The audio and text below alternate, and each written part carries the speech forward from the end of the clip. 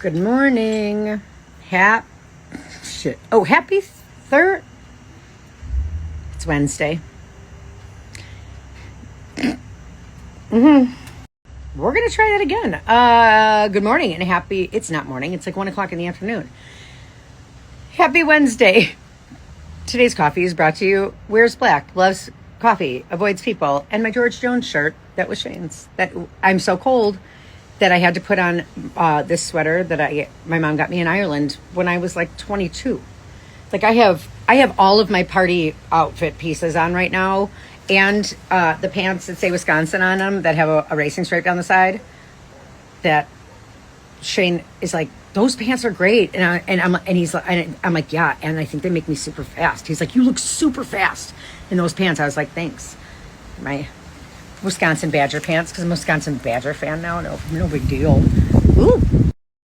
I hope everybody's having a really good week. Usually in this case, it's like, oh God, I've been a mess because Grayson's sick and blah, blah, blah. And it's like, Grayson's having his flare up. He's going through it. He's doing great. He didn't miss school. And I'm a mess, but I'm always a little bit of a mess, and that's what I'm working through. So it's like, we're doing all right. Grayson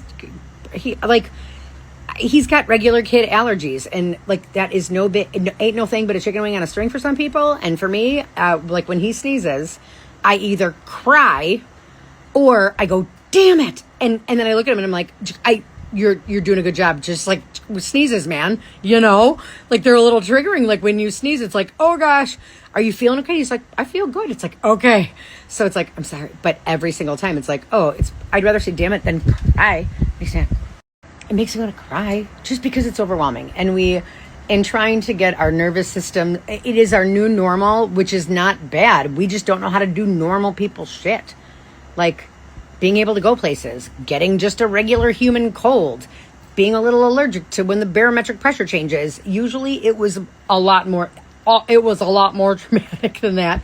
So now it's like, okay, like I sent him to school with a box of Kleenex, where before, at this point, it was the beginning of a 49-day shutdown or a 121-day shutdown or all of these shitty shit we had to do, but we're not in that right now.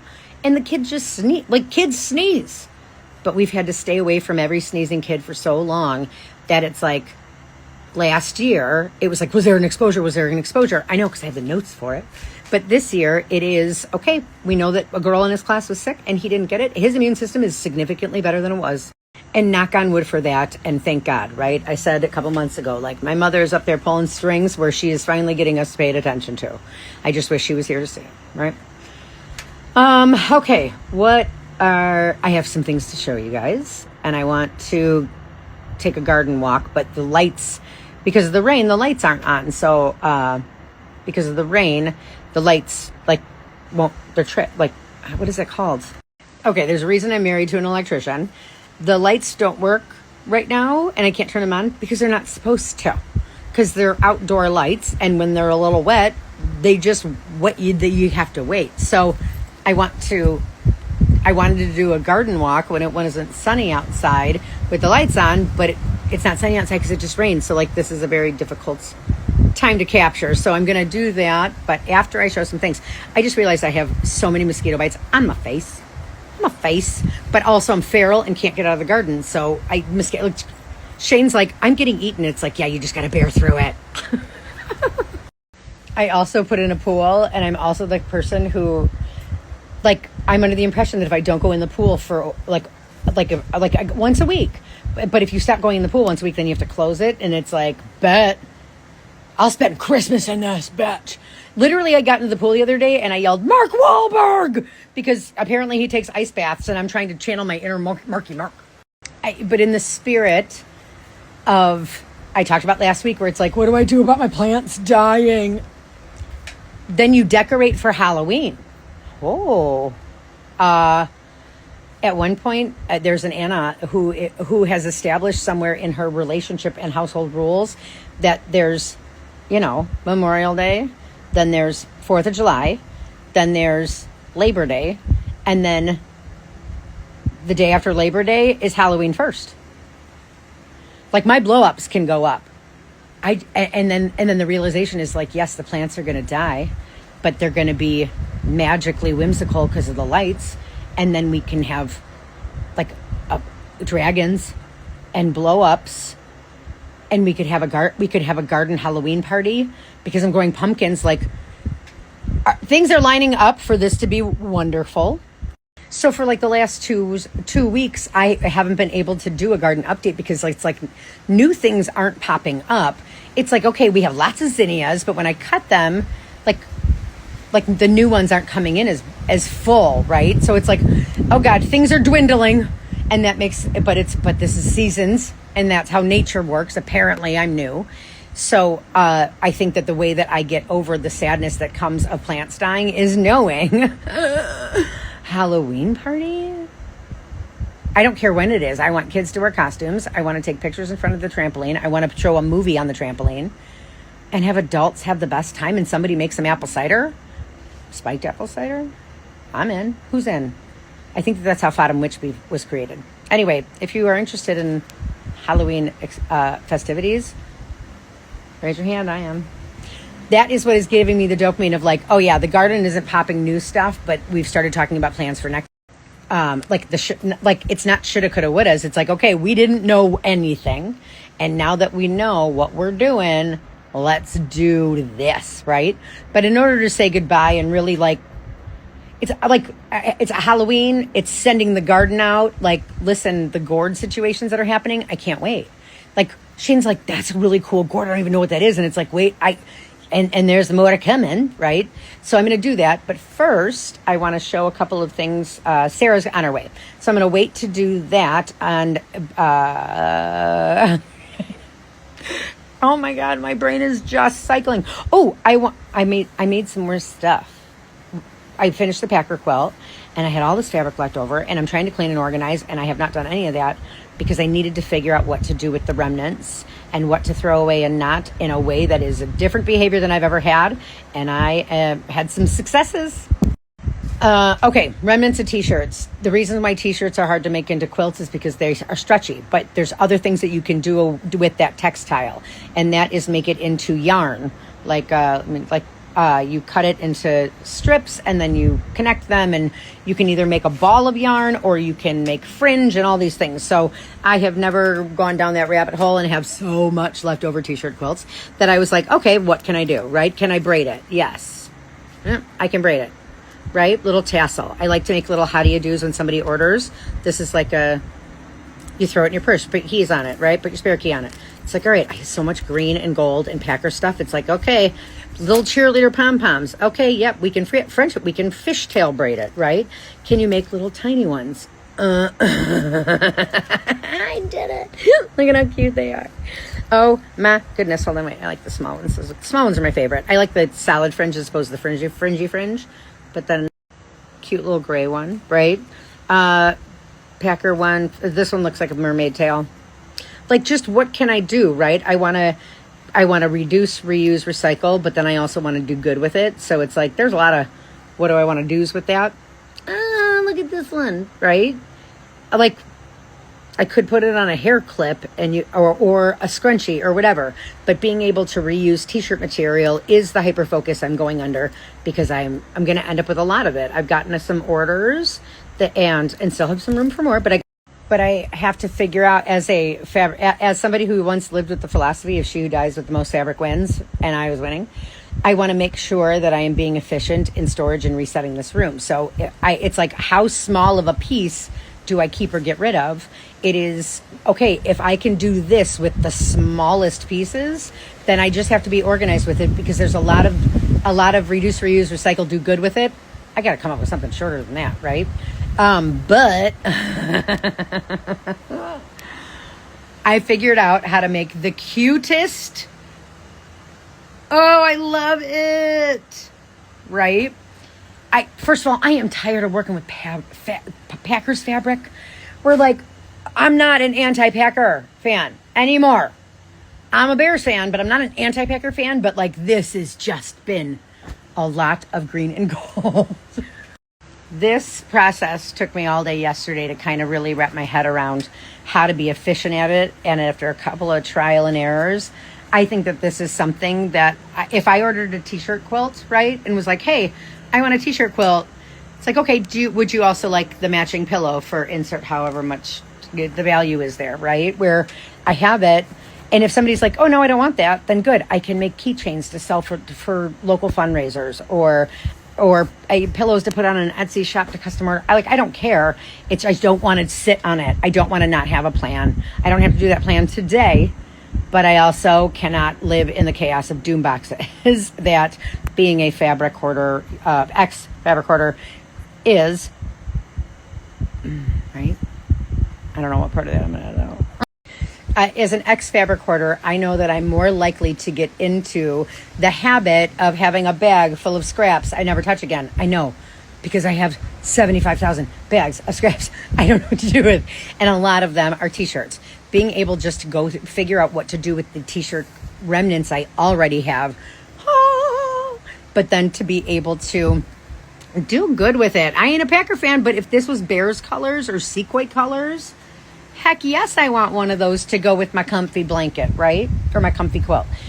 Or a keychain or whatever it is. So I like that I'm really trying to reduce the footprint of what remnants not only I have, but that go into the waste that the fashion industry produces. It's the number one polluter of the oceans. If this is my little do good, I'm doing good, right?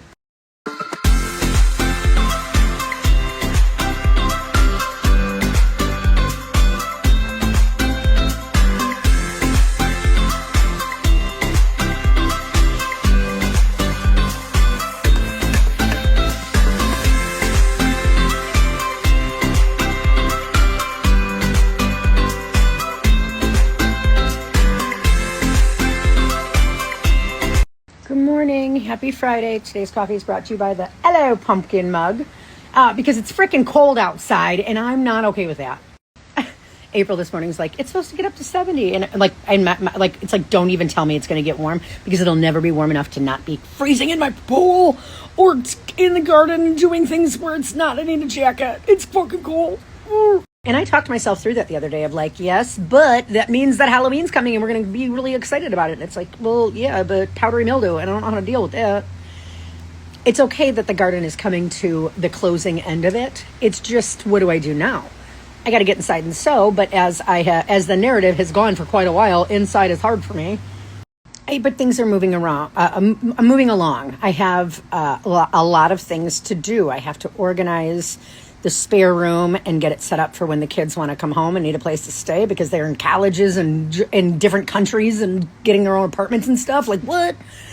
So being able to use a room that was delegated for the boys, but now to be able to efficiently organize fabric possibly so that I can not be a nightmare when I walk into the workshop and it's like, nope, still needs to be reset. I'm still not efficient. It's like, oh God, will I ever finally feel efficient? I don't know, but man, inside is hard because it's just looking at all the things that are not outside and I would rather be outside. I said to myself yesterday, I was like, don't tell the internet one more time that you're going to do a garden walk because you still haven't gotten that footage because every time it's, well, either the light or I don't know what to do about powdery mildew or I want the zinnias to come back in and it's like, you know what? You don't have control over this. I think this is one of the gardening things where it just is what it is and you just embrace it. We're like, oh, I think that cucumber died. And then you don't panic or cry about it or have to go buy a new one because it lived its life and gave you a lot of cucumbers you haven't even eaten yet. And I was warned about powdery mildew. Powdery mildew is apparently when the leaves, when they're either too close together, don't know who did that, but that's why I did vertical gardening, or if the leaves get wet but can't dry completely, they'll start to mildew and then they'll go down to the stem. And so things that I've read, I don't know how to, you can do a milk water spray. You can do baking soda. You can do all these things. And we did a couple of them and it was able to contain that. I would just trim off the ones that were bad. Now it's I can't, Shane, if I have to cut all these leaves back, the plant's dead. Is it time? Is it time? It's I don't know, a nervous father waiting for a water to break or something. It's time. Do I have to cut it? Is it come? It's just this panic of I don't, listen, I figured out how to seed start and put things in the ground, but I don't know how to let them die. That's why it's hard for me to do the garden walk. It's because like there was exciting, like new things happening that I didn't know. I know what's happening. Shit's going to die now. And I don't necessarily want to be a part of that. But that's not, you got to embrace it all, Anna. Circle of life, right? One of the only things that gets my ass out there right now, like, is that I have to start measuring and doing some light math, because I found somebody who has hundreds of spools of lights for $2 a piece, and I cannot get them cheaper at Goodwill, where I could light this bitch up. But I haven't been able to add more lights because everything was growing and new. So now that things are dying, I can be like, okay, well, then it's lights time. Fine, go ahead and die. Next year, you're going to be super prettier. Light this bitch up. Yeah, I think that that's what's going to get me to actually do a garden walk and appreciate what is there now so that I can prep. Because, I don't know what the next step is after you just garden during the summer, right? There's fall gardening, there's winter sowing, there's prepping soil, there's all this stuff. But it's like, okay, I don't know any about that stuff. Like, who do I hire and consult with to be like, okay, this is what it was.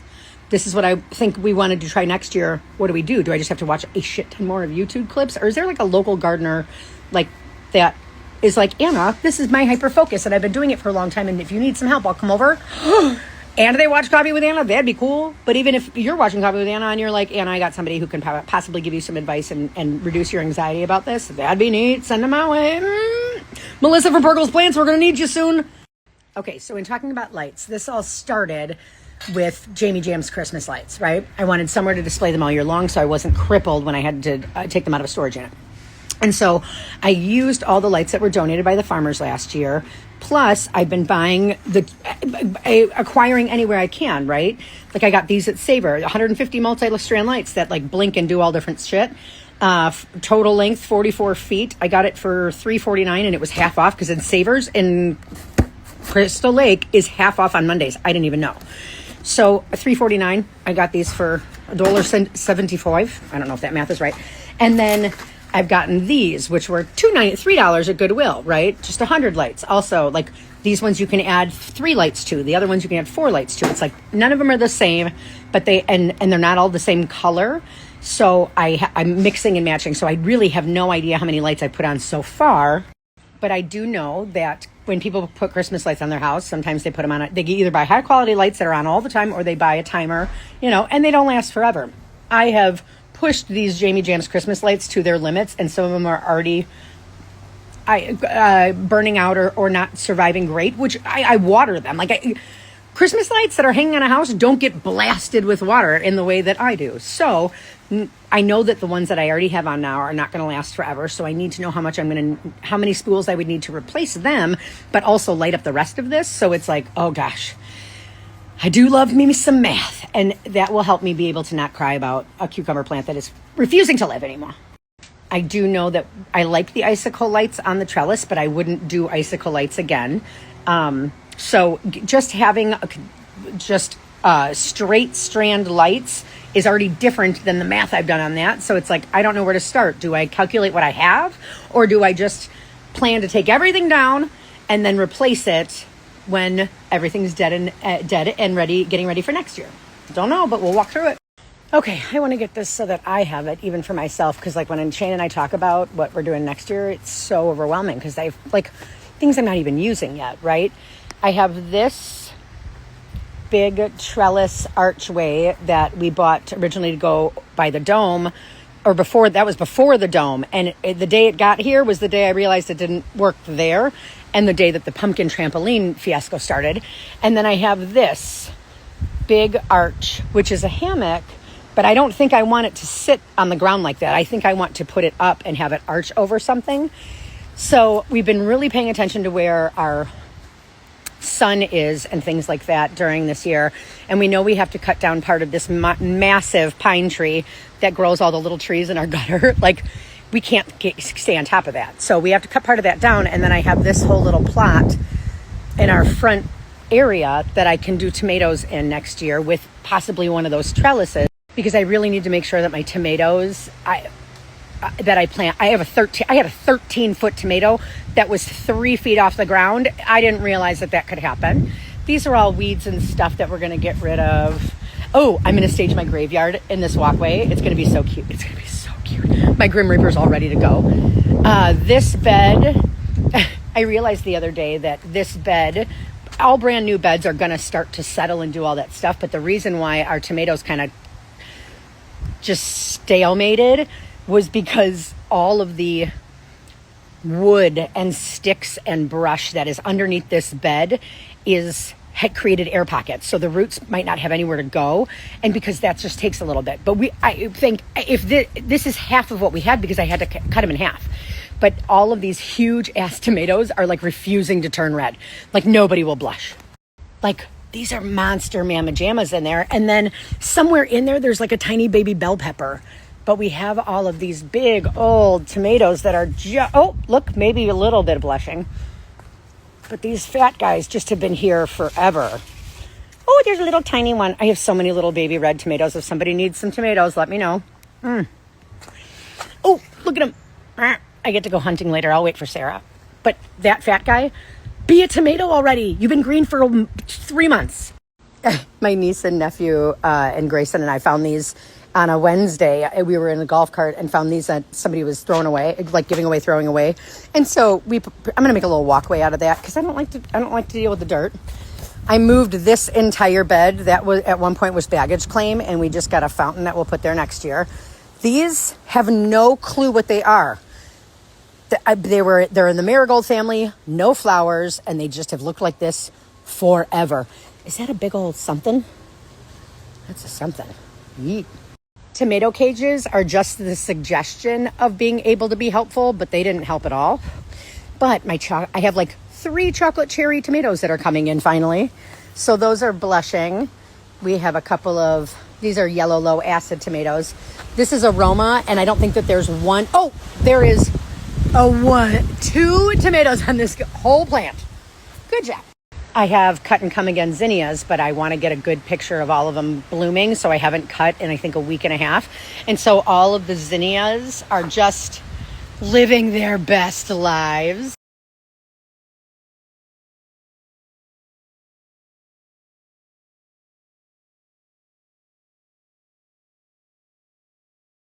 Okay, I got through bed number 1 and bed number 2, and I'm not sad. I know that broccoli did not go this year, but it was sacrificial. I will do broccoli and cauliflower again and not care if it grows. If they don't eat my tomatoes and my zinnias, I'm a happy person. This whole area, if we could put that archway over that, and then just for visual, and then put lights on that, yes, please, right? This area, I think if we just did like hanging strand lights over to the shed, right? I think if we had an archway there with some lights hanging, right? And then they ran across the top there in a swoopy way over to the shed, which like I know better. Next year I will plant all petunias on Mother, like the first day I can. And then I'll have my picture that I want by the family reunion in July. But everything functionally, like I don't have to build this stuff anymore, and I'm grateful for it. And then standing at the shed, I have to reset that area. I want this to be fire pit staging area. And then the pool. We don't know if we're going to take it down this year or if we're going to buy a heater. I do know that I absolutely love how it turned out. I love the size of it. It is exactly what we wanted. But I don't want to visually see this stuff. So staging next year and making sure you can't see the pump and all that kind of stuff. These 2 pillars are coming down, and I'm going to use those to hang or to put up that trellis in the front or the archway. Like we're going to reuse that wood because we're taking all of that down next year. So this whole garden process inside started when I seed started, right? Knowing we were going to build beds and do that. But then outside it was, we had in this whole seating area from the pool over was the magnolia tree that had come down, and the 6 trees that Shane and I had taken out at the time before we started this. So in the spring we had mulch day, and it was my favorite. Like my father-in-law's mulcher, I am attached to it. I think it is just the funnest thing. It's like having a little pet that just needs to eat and poop. Like just feed it sticks and you'll get the mulch. I very much enjoy mulching. Didn't know that was going to be a thing.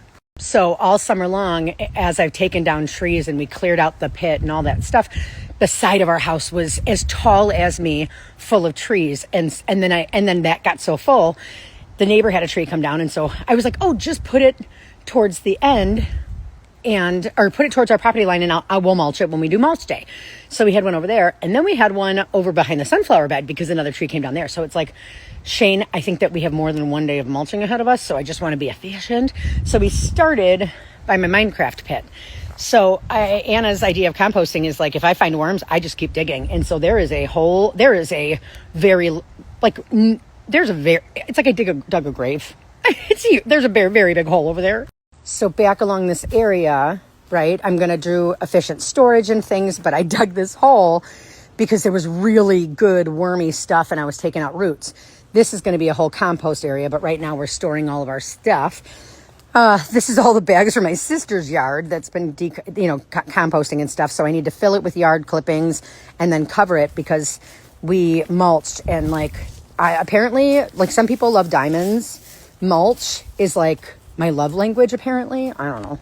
So this isn't it's okay that the plants are dying. This is something I'm excited to have efficient for next year so that we don't have to spend a lot of money on soil. And then we have the garden bed, the boat garden bed, which Shane put a pump in, but we're figuring out how to get it so it's not, it doesn't clog and stuff like that. We went to go do it last night and there was a frog, a big one, swimming, just being in its pond. And I was like, oh God, we are the Kevin Costners of frog houses. There's so many frogs that just love our yard. And I love how the garden boat came out this year because we knew it was just being staged. We knew we had to run electric to it. We knew that we wanted to have a little memorial garden and start putting our trinkets out, our lighthouse and our little one-armed mariner. His arm's broken.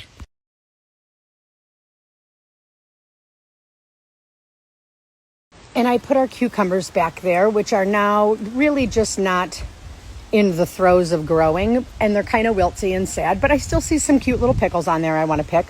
Some people call them cucumbers. I do not.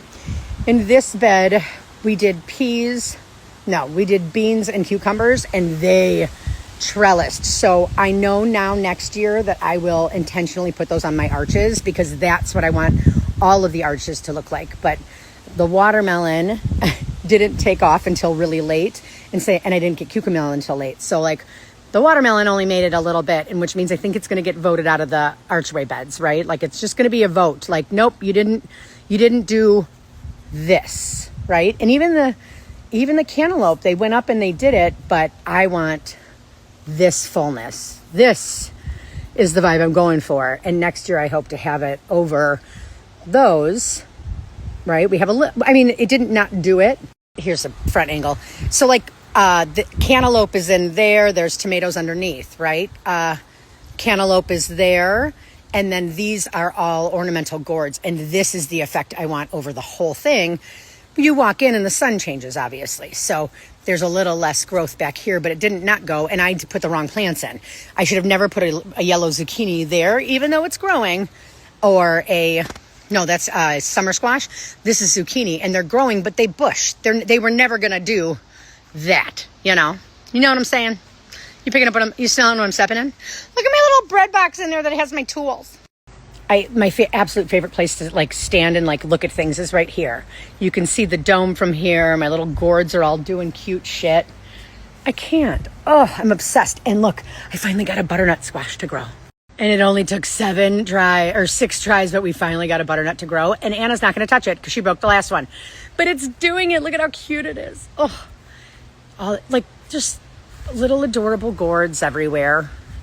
And I like the lights, but it's very chaotic in here. When you come underneath and really look to see what's happening, you stick your hand up there and first of all, a praying mantis might say hello, because she lives up there. But there it is. I couldn't find this on Pinterest, but so I created it, right? I couldn't. Wow. This I found on Pinterest. That you can't find on Pinterest.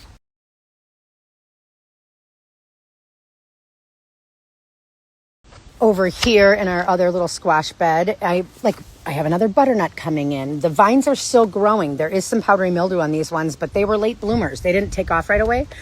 And they're being a fruitful. There is, look.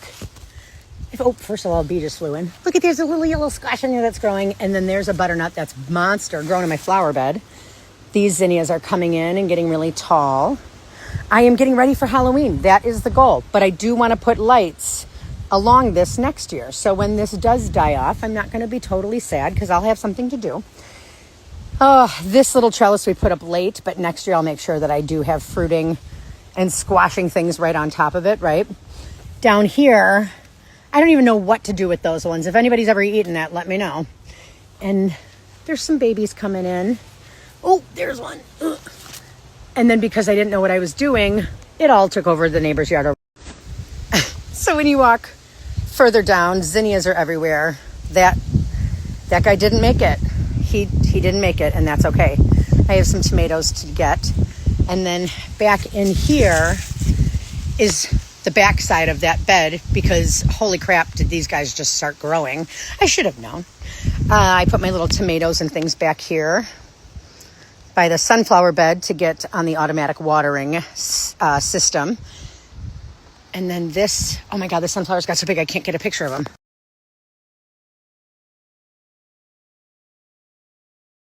The sunflowers are officially taller than me. And I can't believe like how big some of the heads have gotten. Like that one fell over, but some of these, where is it? Oh, you can see it like threw off so many, like multiple heads. These ones missed. They're right outside of the net that's supposed to hold them up. So they're just falling over. But how beautiful are they? They have multiple heads on them. Some of them are so tall. Like I'm this tall, right? And then they're that tall.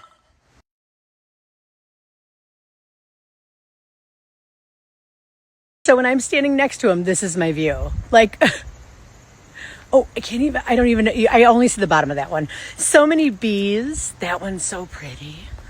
Look at that big one in the back. Oh, my Lanta. Hi, you're right in my face.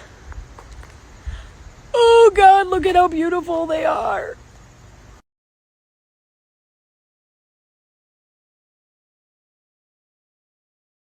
The best part is if you go into the neighbor's yard behind us, these little red ones are facing his yard. And then down here really low, I have some teddy bear ones coming in that are like extra fluffy. I can't. Oh, God, who would have known? Gardening is so cute. So when you get to, you're back at the front and you follow the dragon tail, the skeleton, down to the end, I have my last minute project, right? My milkweed bed is doing things, and the pumpkins that I had put on this archway that I just thought would be pretty leaves possibly, right? Hoping. We saw it yesterday. Where is it? Oh, there's one. Like today, if that guy gets pollinated, or that guy, right? Or that little guy right there. We could have straight up pumpkins hanging off of this. This pumpkin plant took forever. It came and looped back, but now that's the one that's sticking out there. That archway, I was going to take down those trees, and I thought maybe we could try to grow pumpkins on them. So everybody cross your fingers that we get some pumpkins growing on that. It's going to weigh too much and break, but we're going to try. I know that that's a large pumpkin plant. I know that that is either baking or large pumpkin plants. And then when you go into this is the back side of the dome. Are there any frogs?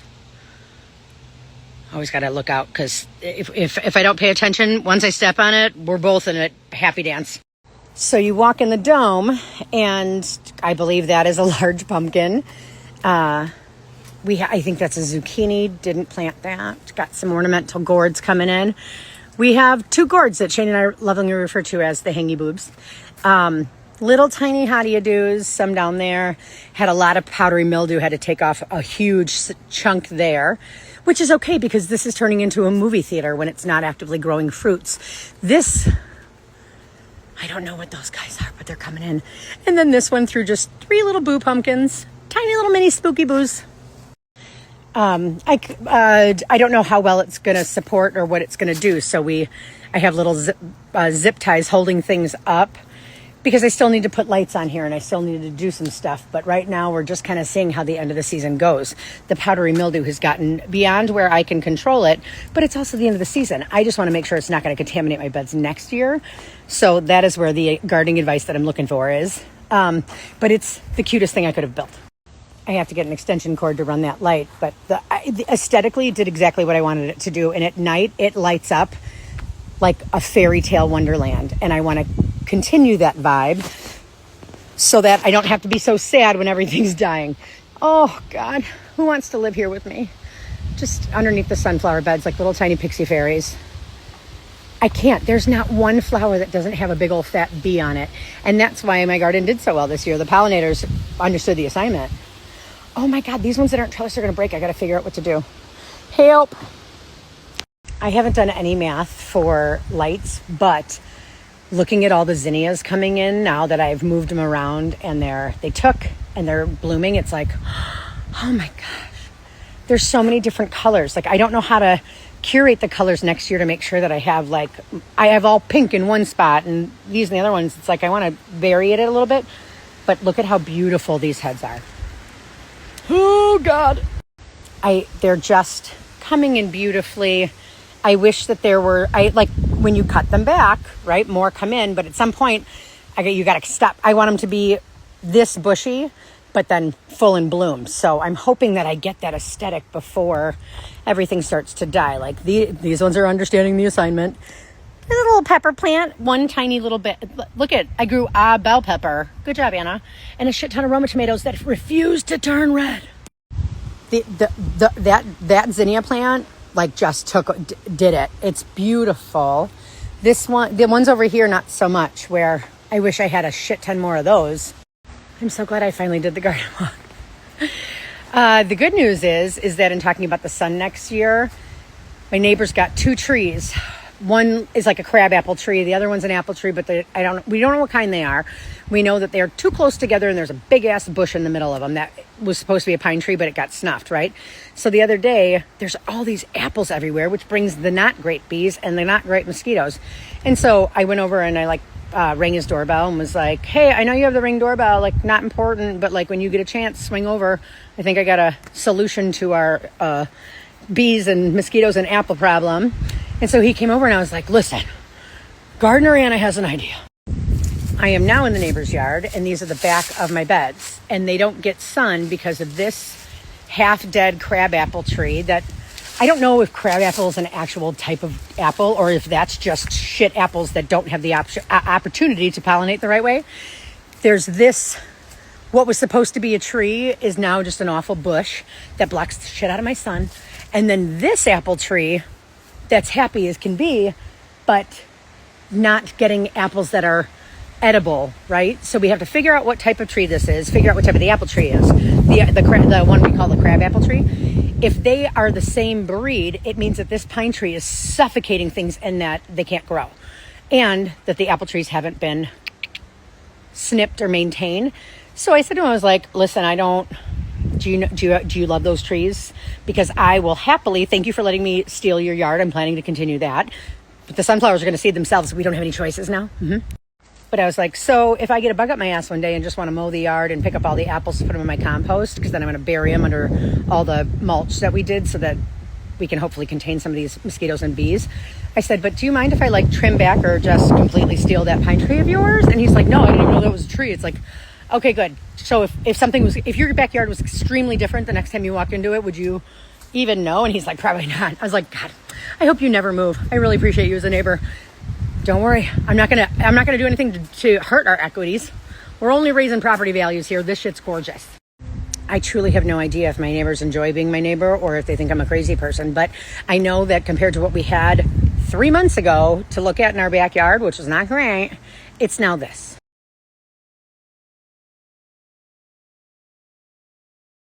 And that is significantly better than the shitstorm that was back here before and the hole or the retention pond that 2 raccoons and 2 possums have been found dead in. Literally Mother's Day. Like, Grayson was 3. It was our first Mother's Day in this house. My next door neighbor, who's wonderful, brought over little treats or something. And she's knocked on the door. I'm like, oh, hi. And she's, I got you these little things. Happy Mother's Day. And I was like, oh, thank you, Mrs. Jester. And she's like, by the way, there's a dead raccoon in your little pit hole back there. I was like, happy Mother's Day, Shane. I'm proud of what we were able to do this summer. I'm excited about what we can do next summer. It is okay if the plants are not going to live forever. They're not kittens. You don't have to save them all. They did their job. And this is the circle of life, Anna. We're figuring it out. Listen, you know what I think will make me feel better about that whole circle of life thing? A pool heater. I think a pool heater will make me less sad. That math shakes out for me. I don't know if that does for anybody else, but like I said to Shane, I was like, listen, your birthday, we're coming up to the birth anniversary month, November, where everybody's birthday and our anniversary and right before Christmas. And guess what? Don't even think about buying me anything else but a pool heater. So are we taking this pool down, or are we just getting a pool heater early? I don't know. We'll see what's in the cards. But I have 4 more days to get in that pool before I have checked my own box of like, nope, it's been over a week. You haven't gone in. Now you're done. And it's like, nope, I'm not done yet. Polar plunge.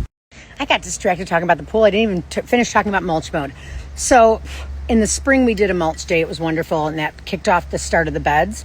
And we mulched this weekend. And so you couldn't see any of the brick on the side of the house because the trees and things were so much. So I still have probably a half a yard-ish of sand to lay out once I know where we put the AstroTurf, which is to be determined. That will turn around and go flush against the house. That wood piece of pallet will go on top of that brush to help snuff it. Weeds, things like that start to decompose it. This is all wood that we saved to cut up and dry. So we're going to stack it on top of that to hopefully this footprint. Right now, our porch or our patio to our bedroom goes out that way. We want to come this way and have it be on the side of the house to be able to park golf carts underneath there, I think. So like there's a lot of physical things to move around. I have a bunch of pallets we can build with. I have to figure out new beds and things like that. I got to find a place to conveniently charge the golf carts so they're not sitting in the walkway. But we mulched for hours and hours and hours on Saturday and got that tiny pile is what's left. This used to be a huge step down. We filled in all of this. I trimmed out that tree because eventually I'll build beds. I don't know if I'll build beds here or not, but this mulch, the stuff on top, I'm letting it settle, and I'm going to lightly rake the top to be able to trim out and get the footing all there once we need it. But for right now, it's helping hold down moisture and all that stuff because the retention pond works, right? Efficiently, there's no water in there right now. You can't see it. I'm unable to get video of what's going on underneath there, but I can see it. But when it rains, that is a retention pond, and it fills up and it feeds the things around it. So we are going to put a rain barrel to collect the water. So when it rains and that thing fills up, I still have, I don't even know, those are huge barrels. I don't know if I had to guess, 100 gallon, 150, 200 gallon. I don't know. So if I put one there and I have 200 gallons that I can then drain into the pit, like now when it's empty, I don't have to pay for city water, and I'm using rainwater, which will also help fight the mildew and all the stuff that comes, because right now I'm watering kind of overhead, and next year we're going to water. I'll put a watering line, all along this and be able to water just the roots, because when these leaves get wet, and like right now, it's not hot enough for them to dry off. And so powdery mildew, I think that the concern I have is that if I is anything that has powdery mildew on it, if I don't cut it off, if I just let it die, at what point am I going to screw myself over if I put this in the compost, or do I burn it, or what do I do with this to not have it immediately start a problem next year, right? I sent a message to Melissa at Purgle's Plants and was like, hi girlfriend, it's me. Like, hey, do you want to do garden walks next week? I'm like, I need some advice and I have some questions. And she's like, I can come over on Monday. So I had scrambled at the beginning of this, like, does anybody know anybody? It's like, bitch, you know somebody.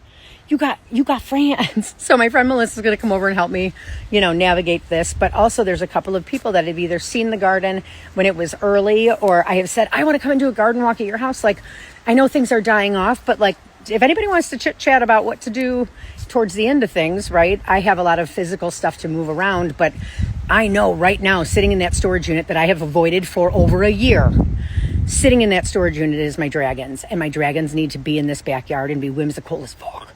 So I would say the therapeutic benefits of this garden, and I won't have to look at the lights, and then I'll want to have to go in there because the stuff that I do want to get in there is now in there. That worked.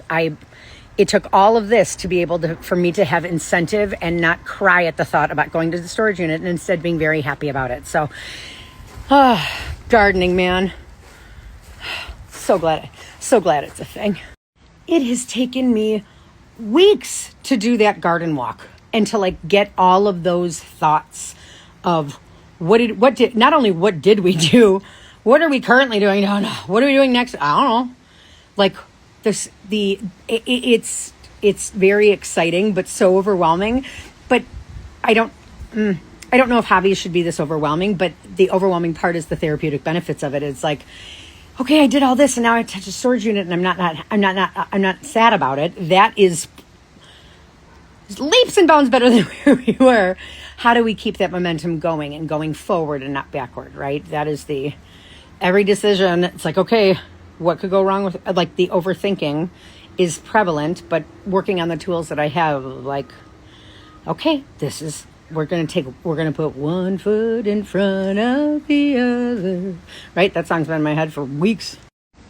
And I am grossly aware of the fact that one of the rules that I've set in place is that I am not bringing anything from that storage unit into this house until the stuff in the garage is more organized. And that starts with me working on the workshop. Once I get everything that I don't need in there out and it's set, then I can really start to organize. But it's got therapy room stuff in it from a year ago. Like, the amount of shit that I have to wrap my head around and go through. It's like they don't even. So there's not things for me to do and scroll in the garden with right now, but there is things that I can do without having people in my way to be efficient, right? And that starts with a load of laundry and dishes and a cat litter box. And that's my least favorite things. But that's the you can't eat an elephant until you take one bite at a time, and then you can't just start with the middle. Yeah, it's taking you like 2 hours to rationalize, like, oh God, I have to go do a load of laundry and dishes. That's just because I'm waiting for an Amazon delivery for my next quilt order, which I started, and it's going well. And the video that I posted at the beginning is me efficiently organizing the scrappiest of the scraps, right? Where those are the littlest pieces that I can make the fringe pillows with. But then with the other pieces, I started crocheting. Like, I can't stop making shit. I am truly checking the boxes of no waste. I don't want to have doom boxes of leftover material from quilts that I never touch. I already have 75 of those to go through. Sorry about it, Sarah. That video was of the scrappiest of the scrappies, the tiny like fringies, making little keychains and stuff out of it, or the loopy fringy pillows. The longer cut pieces, it's like, okay, what textile art can I do with that? Well, yeah. Am I making a rug? I sure am. This is delightful. I am excited to do the little pieces of stuff that I put in back. Like, now I get to go through and look at all the leftover knit material that I have from all the t-shirt quilts I've ever done and be able to efficiently use the scraps. It's like, I have been waiting for this moment for a very long time, and thank God that the organizational gods have inspired me into truly reduce, reuse, recycle, and no waste. And my philanthropic heart fucking loves it. Like, everything that like all the extras and all the things. I love making quilts. I love making things, but you don't want it to be a chore. Like, doing a t-shirt quilt is great because, like, right now I would have had to cancel a lot of hair appointments because the in-person, right? But being able to be as involved in a memory, like I've talked about how wonderful it is. But now that once that is done and gifted, it's like, okay, what do you do with those leftover scraps? There's some scraps that are tiny and little and I can do this with, but there's the bigger pieces where I'll be able to efficiently make and donate quilts for causes that are near and dear to my heart.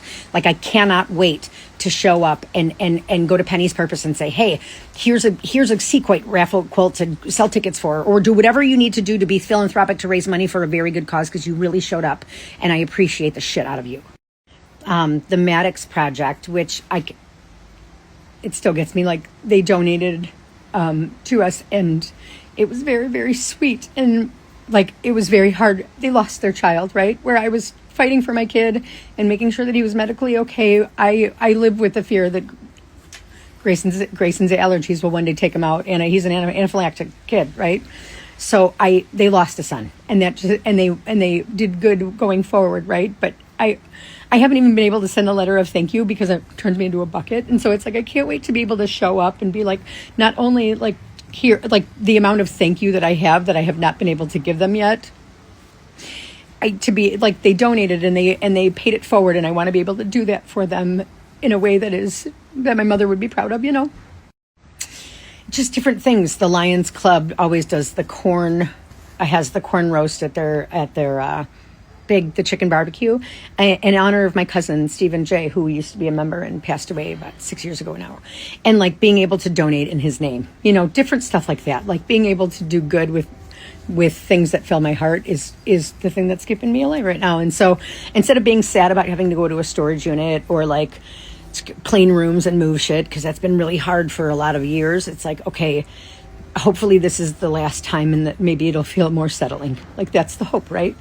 So the do good, the good I want to do in my that is overwhelming in my heart is what is giving me the incentive to like, okay, now we can start to look at storage units and organize and truly start to sell it a little bit. Here's hoping. Mom, keep an eye out for us. Put in a good word.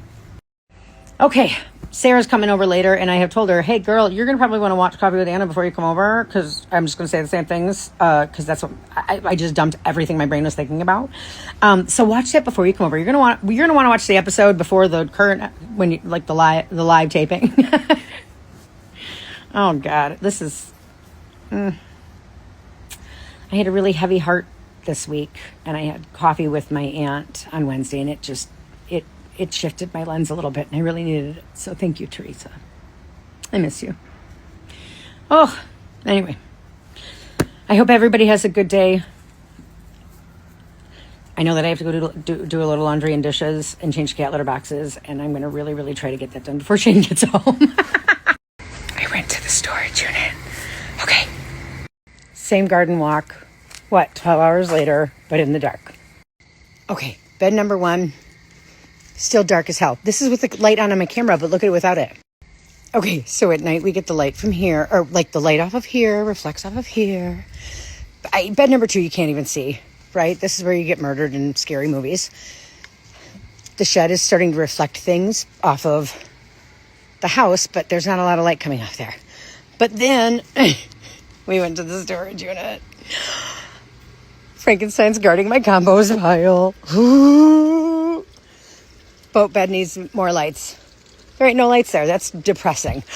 That's beautiful. I'm sorry. What is that? What's happening? What is that, real life? Wait a minute. I'm sorry. What happened today? How is that a thing? I can't even get a picture of it. It's so big. Hold on, wait. Can you see it? Can you see it? Eek!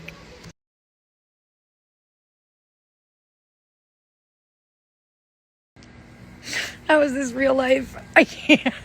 I am so tickled. That's not even the best part. Okay, so there's Frankenstein back there. And then there's this Disneyland extravaganza. Hold on. And then it comes around and you have the lights. And then there's a movie screen that has a game on there. A little romantic, like, soft lighting. Oh, and then the dragon fell over. I don't know if he likes that spot, but there'll be a dragon, hopefully sitting upright.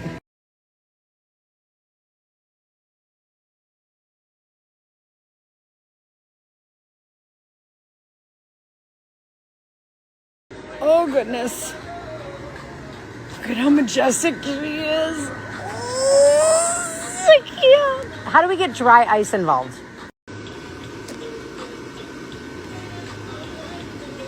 Ooh, so spooky.